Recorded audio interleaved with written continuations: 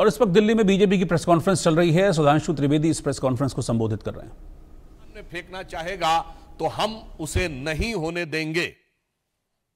और मैं यह भी स्पष्ट करना चाहता हूं, जो बात पहले भी कही जा चुकी है, वक्फ बोर्ड के जिन प्रावधानों के विरुद्ध इंडी गठबंधन के नेता बार बार बोल रहे हैं, क्या वो प्रावधान सऊदी अरब में लागू है जो इस्लाम की जन्मस्थली है? नहीं। क्या इंडोनेशिया में लागू है जो सबसे बड़ा मुस्लिम देश है? नहीं। क्या टर्की में लागू है जो खलीफत की सीट रही है? नहीं। क्या वो पाकिस्तान और बांग्लादेश में लागू है? नहीं।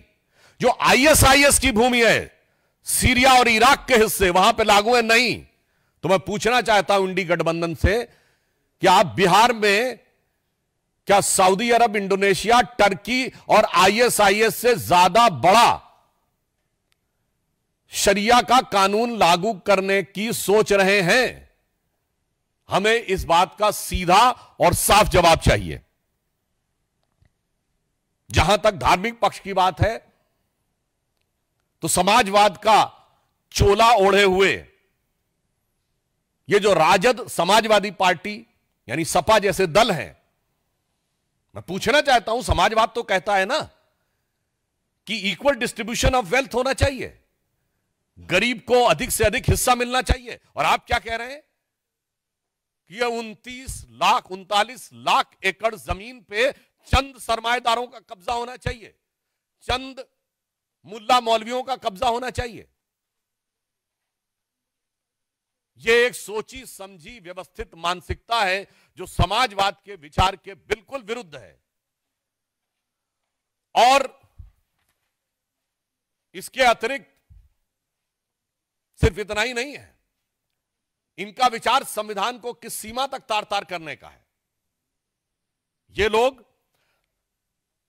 गरीब और मजलूम मुस्लिम के हक के साथ नहीं खड़े हैं जिसके साथ समाजवाद को खड़ा होना चाहिए। ये चंद मुट्ठी भर सरमाएदारों के हक के साथ खड़े हैं जो कि मजहब का नाम लेकर उनका शोषण करना चाहते हैं। इसलिए राजद और सपा का समाजवाद कतई समाजवाद नहीं कहा जा सकता, जिसे आजकल सोशल मीडिया में इस प्रकार का एक वर्ड यूज होता है कि नमाजवाद कहा जाए तो अतिशयोक्ति न होगी। जहां तक इस्लाम धर्म के, इस्लामी अकीदे के मुकद्दस रवायतों का सवाल है, तो बहुत साफ कहना चाहता हूं, कुरान में वक्फ नाम का कोई वर्ड नहीं है। यह मुल्ला मौलवियों का अपना क्रिएशन है। और कुरान में तो यह कहा गया है जितना हो सके खर्च करो, होल्ड मत करो। वक्फ का मतलब अरबी में होता होल्ड करना। इस्लामी अकीदे में तो कहा गया अनफिकूफी सबीउल्लाह, यानी जो है खर्च करो। परंतु आप क्या कहते हैं? जो है जोड़ लो और मुल्ला मौलवियों के कदमों में जाके अर्पित कर दो ताकि बदले में वोट की सियासत हो सके। मैं यह पुनः कहना चाहता हूं, जो बात मैं पहले भी कह चुका हूं, यह बाबा साहब के संविधान का मजाक उड़ाकर उसे मौलवी स्क्रिप्ट में बदलना चाहते हैं। यह मैं पूछना चाहता हूं यह समाजवाद का चोला उड़े हुए इन लोगों से कि क्या राम मनोहर लोहिया जी का समाजवाद यही था? क्या जेपी का समाजवाद यह था? या कर्पूरी ठाकुर का समाजवाद यह था? भारत रत्न कर्पूरी ठाकुर जी से लेके जयप्रकाश नारायण और लोहिया जी का समाजवाद के साथ आज हम खड़े हैं, जो हम चाहते हैं हर गरीब और मजलूम को उसका हिस्सा मिलना चाहिए। मगर ये किसके साथ खड़े हैं? जो ट्रिपल तलाक के साथ खड़ा है, जो हलाला के साथ खड़ा है, जो मेहरम के साथ खड़ा है, जो हज सब्सिडी के साथ खड़ा है, जो सरतन से जुदा के साथ खड़ा है, जो आतंकियों को अपना भाई, बहन, बेटा, हाफिज बनाने के साथ खड़ा है। इसलिए हम साफ कह सकते हैं कि हम समाजवाद के पक्ष में भाजपा और जदयू खड़ा है, और आज के ये राजद और समाजवादी पार्टी जैसे दल नमाजवाद के पक्ष में जाकर खड़े हो गए और नमाज जैसे मुकद्दस अकीदे का भी मजाक उड़ा रहे हैं, उसका भी केवल सियासत के लिए प्रयोग कर रहे हैं। और यह बात हम निराधार नहीं कह रहे हैं। इनकी सरकार आई जो आने वाली नहीं है, तो ये बाबा साहब अंबेडकर के संविधान को कूड़ेदान में फेंक के शरिया का विधान लागू कर देंगे। कोई कहेगा आप तो हाइपरबोलिक बात बोल रहे हैं, तो मैं सब प्रमाण बोल रहा हूं।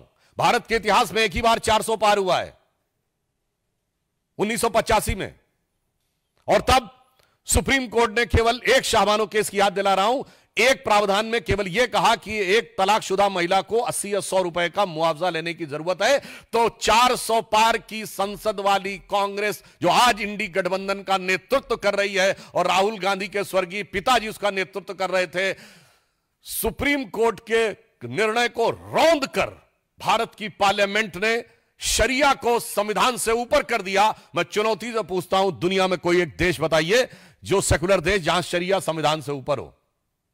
इसलिए अगर इनकी कभी भी सत्ता आती है, और आज देखिए ये सत्ता के बाहर है, तो भी शरिया के प्रावधानों को लागू करने की बात करते हैं, ना कोर्ट को मानने को तैयार, ना संसद को मानने को तैयार। इसलिए मैं पुनः कहता हूं कि जिन लोगों ने इस सीमा तक जाके किया, उसका समर्थन करने वाले लोग समाजवादी नहीं, नमाजवादी कहलाएंगे। और यह बात मैं पुनः एक सब प्रमाण बोलता हूं, इसके माध्यम से ये पिछड़े, दलित, वंचित और शोषित वर्ग के आरक्षण को भी खा जाना चाहते हैं। यह अभी मैं सब प्रमाण बोल रहा हूं, क्योंकि जिस संस्थान को आप अल्पसंख्यक दर्जा दे देते हैं, SC ST OBC का रिजर्वेशन खत्म, अलीगढ़ मुस्लिम यूनिवर्सिटी SC ST OBC का रिजर्वेशन खत्म, Jamia Millia Islamia SC ST OBC का रिजर्वेशन खत्म, कश्मीर को धारा 370 से पहले के दौर में, यानी जब धारा 370 लागू थी, तो आपने कहा यह मुस्लिम मेजॉरिटी स्टेट है, SC ST OBC का रिजर्वेशन खत्म। और चूंकि अल्पसंख्यक संस्थाओं को में आरक्षण लागू नहीं होता है, तो पिछले दर्जे से अधिक संस्थाओं को अल्पसंख्यक का दर्जा देकर SC ST OBC के आरक्षण को नष्ट करने का षड्यंत्र देखिए। मैं आंकड़ा आपके सामने रखता हूं, 2011 में इन्होंने 1656 संस्थाओं को माइनॉरिटी दर्जा दिया, 2012 में 1671 संस्थाओं को माइनॉरिटी का दर्जा दिया, 2014 में आधे में तो हमारी सरकार आ गई थी, तब तक 1516 संस्थानों को माइनॉरिटी का दर्जा दे दिया। अरे माइनॉरिटी का दर्जा देना है तो जांच परख करके दीजिए ना, जैसे हमने दिया। हमारी सरकार आने के बाद 2020 में 12 संस्थाओं को, 2021 में 14 संस्थाओं को, 2022 में 86 संस्थाओं को दिया गया। ये पिछले दरवाजे से पिछड़ों का आरक्षण को पे सेंध लगाने का काम यही नमाजवादी लोग कर रहे हैं। तेलंगाना में कांग्रेस की सरकार है, उसने पिछड़ों के आरक्षण में अल्पसंख्यक मुस्लिम समाज को की एंट्री करवा दी है। कर्नाटक में अब उन्होंने मुस्लिम समाज को पिछड़ों में शामिल कर दिया है। बंगाल में तो स्थिति और भी विचित्र है, 179 जातियां ओबीसी में की गई, 118 उसमें से मुस्लिम है। ओबीसी कमीशन ने पूछा कि इतनी भारी संख्या में मुस्लिम कैसे आ गए इसमें, तो जानते हैं क्या जवाब दिया गया? कि ये कन्वर्ट होने से पहले जब हिंदू थे तो ये ओबीसी थे, इसलिए इनको ओबीसी मान लिया जाए। तो ओबीसी ने, कमीशन ने पूछा कि फिर इतने कन्वर्ट कैसे हो गए, तो जवाब नहीं। और तो और आपको आश्चर्य होगा कि वो कह रहे हैं कन्वर्ट होने से पहले वो लोग हिंदू थे, तो हिंदू समाज की जातियों से ज्यादा मुस्लिम समाज में जातियां हैं, बंगाल की सरकार के मुताबिक, जो ओबीसी कमीशन को उन्होंने रिपोर्ट दी है।